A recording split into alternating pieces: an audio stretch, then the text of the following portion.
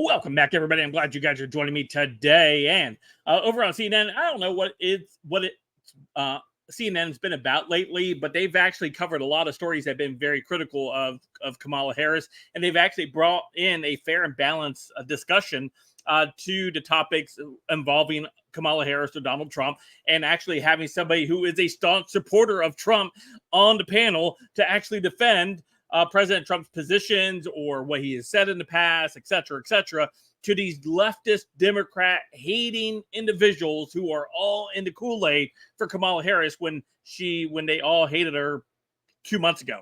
It's funny how quickly these people flip on a dime on Joe Biden in order to push Kamala Harris. These people have no sense of moral character or compass or anything like that. They are a bunch of frauds.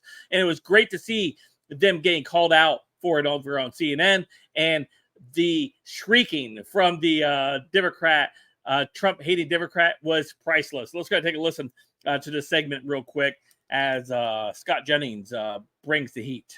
The key things that was a takeaway for me in the CNN poll was that the vast majority of Americans already believe that Donald Trump's policies are way too extremist, and that it's the vice president's policies that are much more mainstream and in line with what the majority of the American people value and believe. That is what she needs to continue to focus on, and how her policies will match that.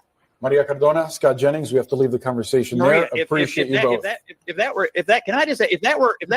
If that were true, if people believe he's an extremist, then why isn't she winning? Why is he winning in the New York Times poll? Why is this race tied nationally? I mean, you and I both know that if it's a tied race nationally, there's a 100% chance he's going to win the Electoral College. Oh, but see, we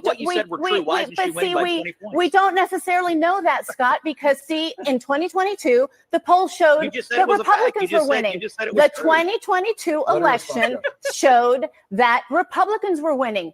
And there was going to be a massive red wave. Republicans did win, by the way. There was no red wave because after Roe v. Wade, the polls are underreporting and they are not showing this massive mobilization of women and men that believe that women should have bodily autonomy, that believe that our democracy should be protected, that believe that a commander-in-chief should not be a liar.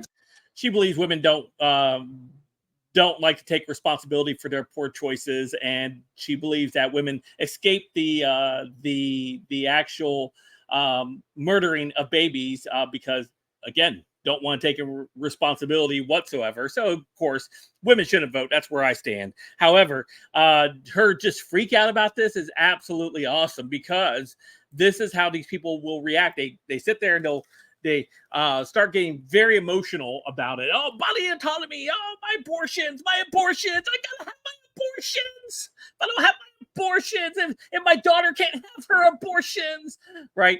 So emotional. And really a terrible way to vote for a candidate, right? Just based on emotion, not based on any fact or any type of logic or anything like this. It's a very emotional response when you're presented facts like Scott Jennings did. He presented facts stating, hey, Trump is leading in these polls here where traditionally he's never led before. And if that's the case, he is going to blow Kamala Harris out of the water in this upcoming election. And she's like, oh, no, that's not true. There's an army of women being mobilized right now because we got to have abortion.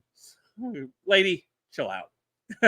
Your candidate is one of the absolute worst candidates ever fielded by a party, and that's saying a lot from the party of Joe Biden and Herbert Hoover. Not Herbert Hoover. Herbert, what was his name? The Democrat guy back in the 1960s that lost to